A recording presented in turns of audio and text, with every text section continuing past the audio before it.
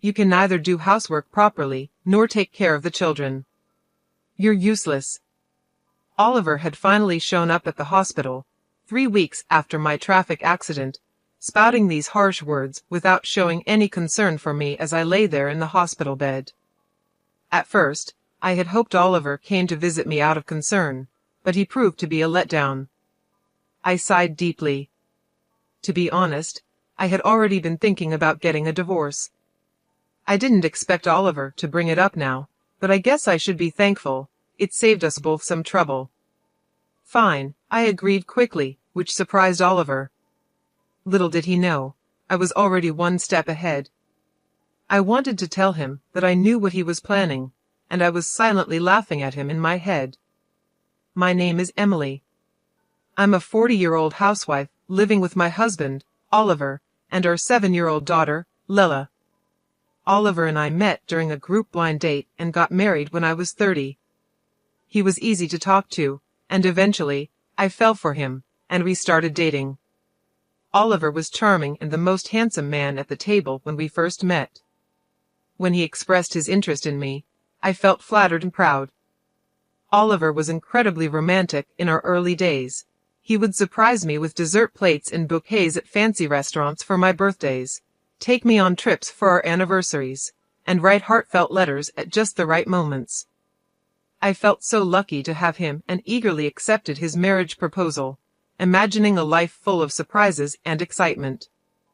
But once we were married, things took a turn. Hey, Emily, my dinner isn't ready yet. I've been working all day, and you can't even have dinner prepared when I get back. You're so lazy.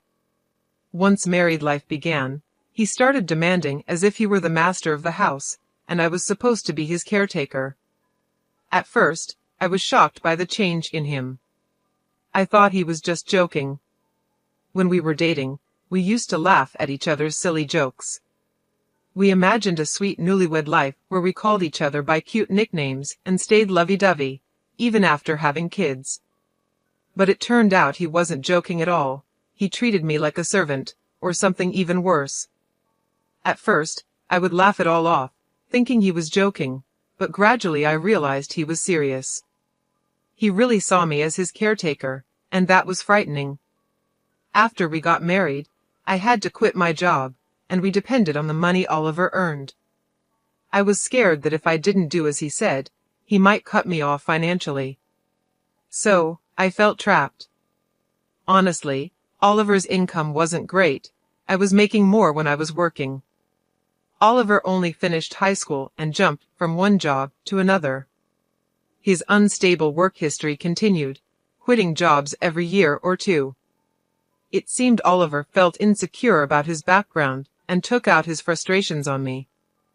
I'm sorry I got delayed with some errands, I told him. Don't make excuses, just hurry up and make it, Oliver replied, sitting down with a cold beer. This had become a common scene, but each time, I sighed and started cooking. My marriage made me miserable, but I managed to get by. The following year, our daughter Lella was born, and my days became a series of struggles. As expected, Oliver didn't help much with Lella. However, he would spoil her by buying any candy or toy she wanted. I tried to raise Lella properly, so I scolded her when needed, which made her cling to Oliver even more. Lella, you like Daddy, don't you? Oliver asked her once. Yeah, Daddy is cool. I love Daddy, Lella replied. I knew it. I'm super dad, Oliver said, looking at me smugly. It was frustrating, but I couldn't help feeling glad that Lella loved her father. I just sighed again. Despite his spoiling her, Oliver never attended any of Lella's kindergarten events, like sports festivals or recitals. You know, there's a parent-child race at Lella's sports festival. Could you participate? I asked him. Huh? Why? I mean, you're free that day, you do it, he responded. I'm busy with work every day, but the sports festival could be a great time for us to bond as parents. It's on a holiday, so you won't have to work, I said to Oliver. Shut up, We're already close enough.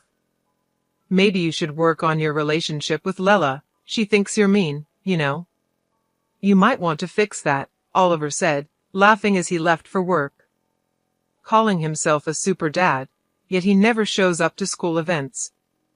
I was worried that Oliver's habit of being easy on himself but hard on others might influence Lela. He continued to leave all the housework and childcare to me, and was lazy at home. Now, Lela is 5 years old and ready to start elementary school, but Oliver was still jumping from job to job. He had just quit his factory job last month and moved to a food and beverage company. I'll be working weekends at my new job since it's in the food industry, he said. Looks like we'll hardly see each other then. Can't be helped, it's work, I replied. Honestly, I was relieved because I was tired of Oliver ordering me around on weekends. Now, I wouldn't have to be nagged by him to clean the floor or serve meals quickly. But if Oliver was out on weekends, Lela would be sad. It's better for kids to spend holidays with the whole family. I have work, so please let Lela know, Oliver said. I couldn't really argue with Oliver since he was the one bringing in the money. Reluctantly, I went to tell Lela, I'm sorry, but Daddy won't be able to go out with you on his day off. I thought Lela would be upset, so I told her with a frown. However, contrary to my expectations, Lela seemed unconcerned. It's okay. If you're okay with it, then it's fine. You know he's not going to be here on all weekends, right? Daddy has been smelling strange lately, she said, a strange smell. I asked, puzzled. Lela nodded and went back to her room. What on earth was she talking about? I've been so busy with housework and taking care of our child that I hadn't noticed much about Oliver lately. Our marriage was not like it used to be, and I tried to avoid being around Oliver to keep things calm. The strange smell Lela mentioned might be from the factory, I thought. Factories often use special solvents, so it made sense that Oliver could come home with a weird smell. If that was the case, the smell would probably go away soon. Kids are really honest, which is what makes them so endearing. Despite what he said, Oliver started leaving the house early in the morning, even on his days off, which was odd. He also left every weekday. If he was working weekends, he should have a day off during the week. He left without saying anything to me, so I couldn't tell if he was going to work or not. I became curious about what he was doing, leaving so early even on his days off. One day, I asked Oliver, you seem to be going out every day off. What are you doing? Oliver looked confused for a moment, then answered in an annoyed tone while scratching his head, I'm working. I go to work voluntarily. Really? But you should take care of yourself, or your body won't hold up, I replied. Shut up. Don't complain about my job, Oliver snapped back. I didn't understand why he got so angry when he often complained about my housework and child-rearing. I didn't believe what Oliver said. There's no way he, who usually avoids trouble, would go to work voluntarily on his days off. I knew this from watching him closely over the years. If he was that passionate about work, he would have stayed at his previous job longer. I also started paying attention to the strange smell that Lela mentioned. Indeed, Oliver came home with a sweet, strong fragrance. This strange smell was not from the factory. Why hadn't I noticed this before? I blamed myself for being so naive and vowed not to make the same mistake again. From then on, I decided to watch Oliver more carefully, especially on weekdays when he said he was going to work.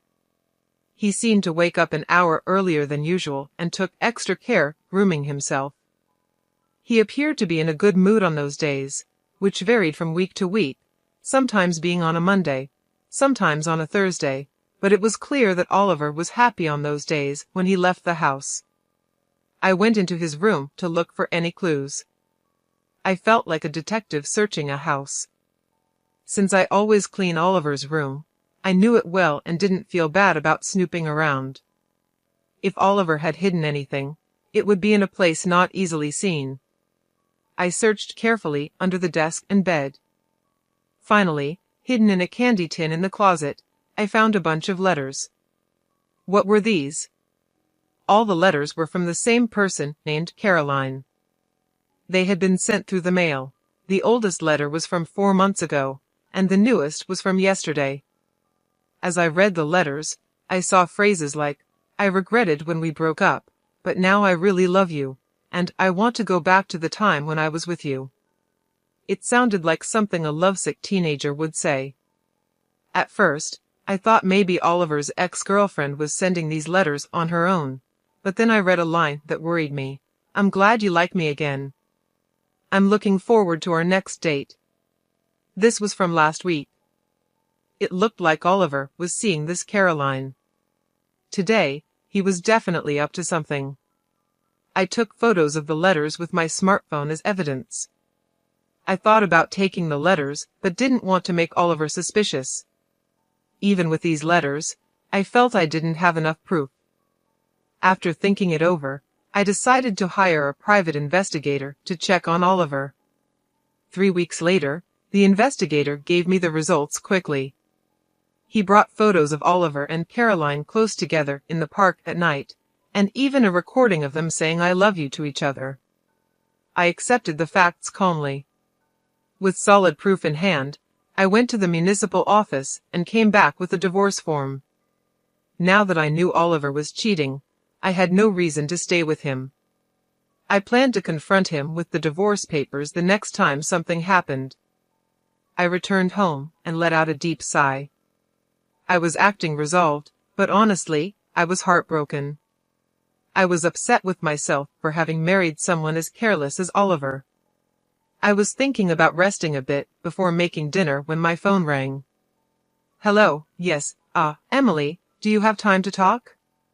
"Yes, what's going on?" I was surprised to get a call from my father. He usually doesn't call me. "Actually, your mother and I were talking yesterday, and we're thinking about transferring our assets to you soon." "Huh?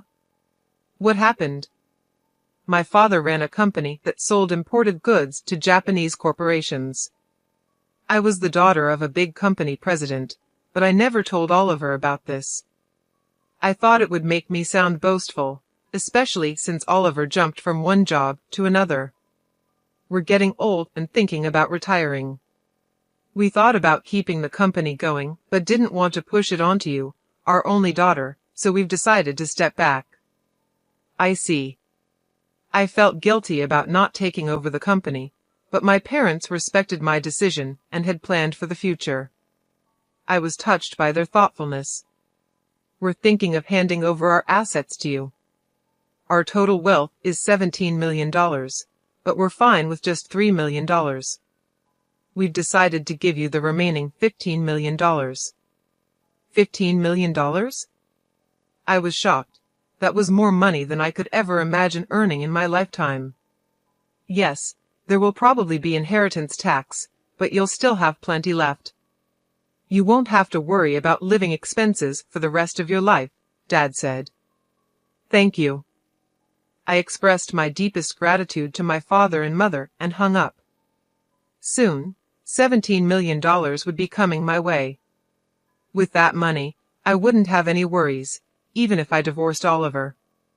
No offense to him, but he probably couldn't earn that much. I felt relieved and was in a daze for a while. I glanced at the clock. It was 6 p.m. I realized I needed to make dinner and checked the fridge, but there were no groceries left. I got ready to go shopping at the supermarket. My heart was light, but I also felt a sense of urgency that Oliver might come home soon. As I was hurrying across the last crosswalk to the supermarket, the light turned green. "Watch out," someone yelled, but it was too late. My body was already in the air, and then I hit the ground hard. A sharp pain shot through my head, and without understanding what had happened, I lost consciousness. When I woke up, I was lying on a hospital bed.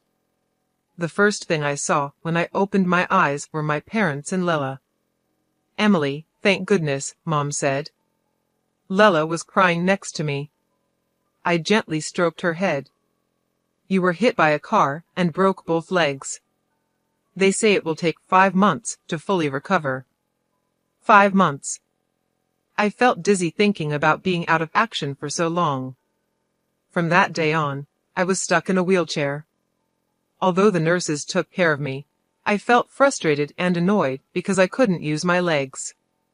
During my stay in the hospital, my parents and friends visited me. My parents were taking care of Lela now since Oliver was always at work. I thought that was better for her. I was glad everyone visited, but Oliver never came. I started to doubt his care, thinking, aren't we husband and wife? However, 1 week after I was hospitalized, Oliver finally showed up. Hey, feeling good? Oliver asked sarcastically. Yes, man, it's a mess at home without me, I replied lightly.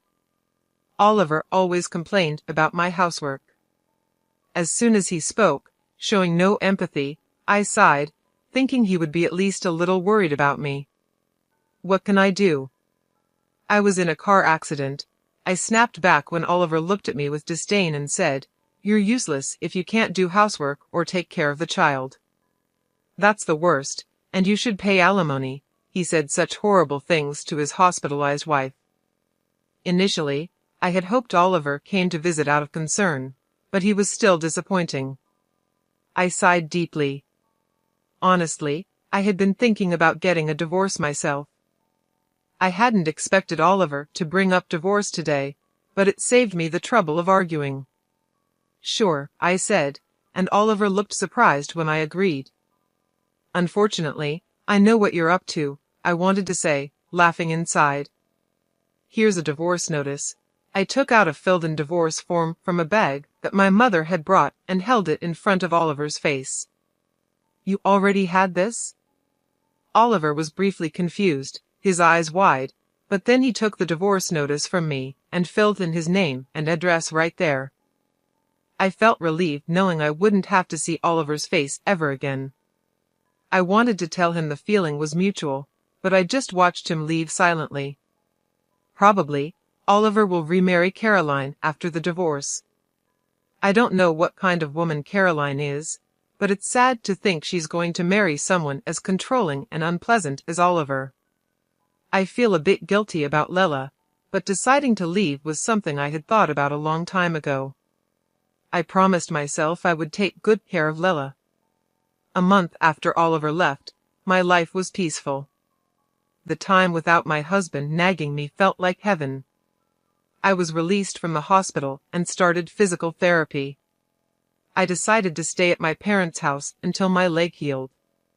My parents were angry at Oliver when they learned about the divorce, but they stopped pressing the issue when I told them I wanted to forget about him. Lela doesn't seem lonely even without her father around, and is going to elementary school happily.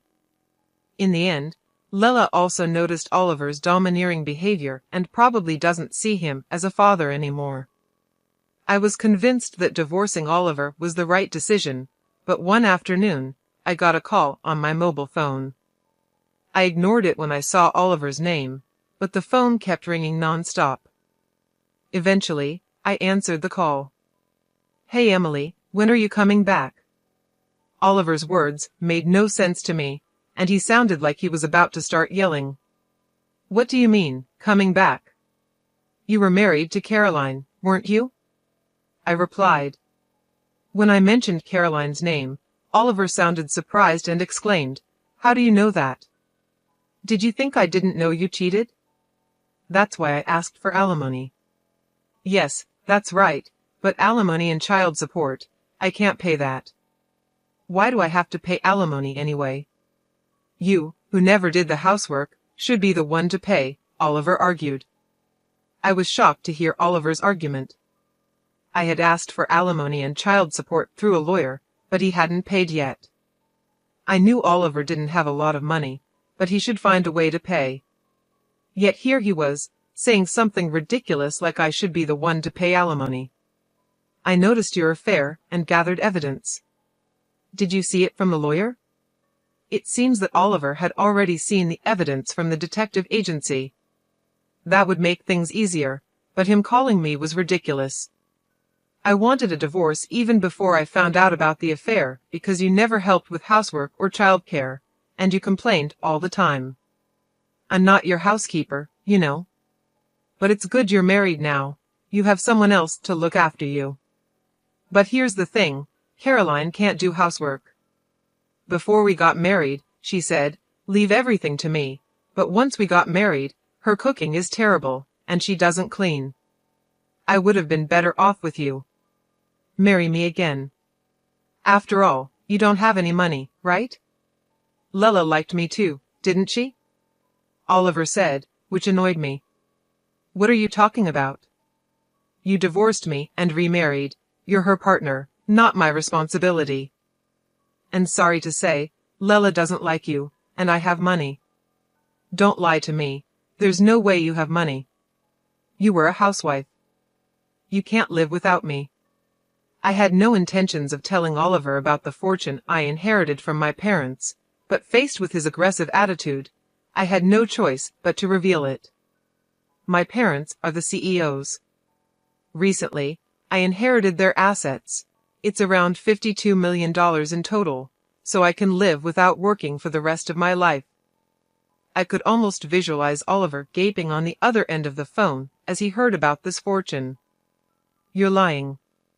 There's no way you have such a huge amount of money. It's true. If you want, I can have my parents tell you. With that, Oliver finally seemed to believe my words and fell silent. Then, he suddenly yelled, if it's true, why didn't you tell me?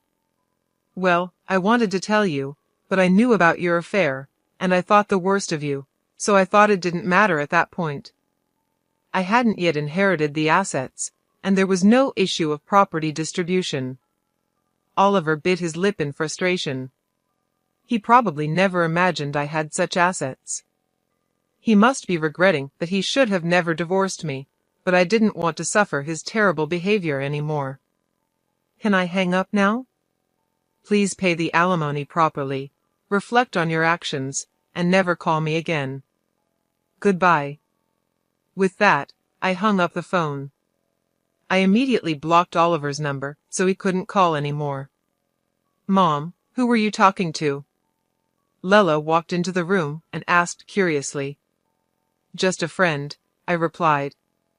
But Lella, do you want to go to the amusement park this weekend? Yes, Lella smiled happily. Seeing her smile reminded me that her happiness was all that mattered to me. A few days later, I heard that Oliver had broken up with his new wife, Caroline. They argued because she wouldn't do housework, and Caroline ended up leaving him. Oliver, having been divorced twice in a short time, would probably find it hard to get married again. I hoped he would stay single for a while to prevent more people from getting hurt. After the divorce, Oliver lost his motivation and quit his job at the restaurant. He would probably find another job, but it might take him some time to get his life back on track. I felt a bit sorry for him, but his problems were his own doing. I blocked his calls so he couldn't ask me for money, and I avoided places where we used to go together. In my life, Oliver had virtually disappeared. Eventually, Oliver paid the alimony but ended up in debt. I don't know how he'll manage, but I hope he learns from his mistakes. I'm still living comfortably at my parents' house. They told us we could stay as long as we like. After my legs fully healed, I started part-time work at a local flower shop. Even though I don't need to work, I find it better to be active and leave the house. I work hard on weekdays and spend weekends having fun with Lella and my parents. I feel more joy in life than before and want to keep living happily with the people I love.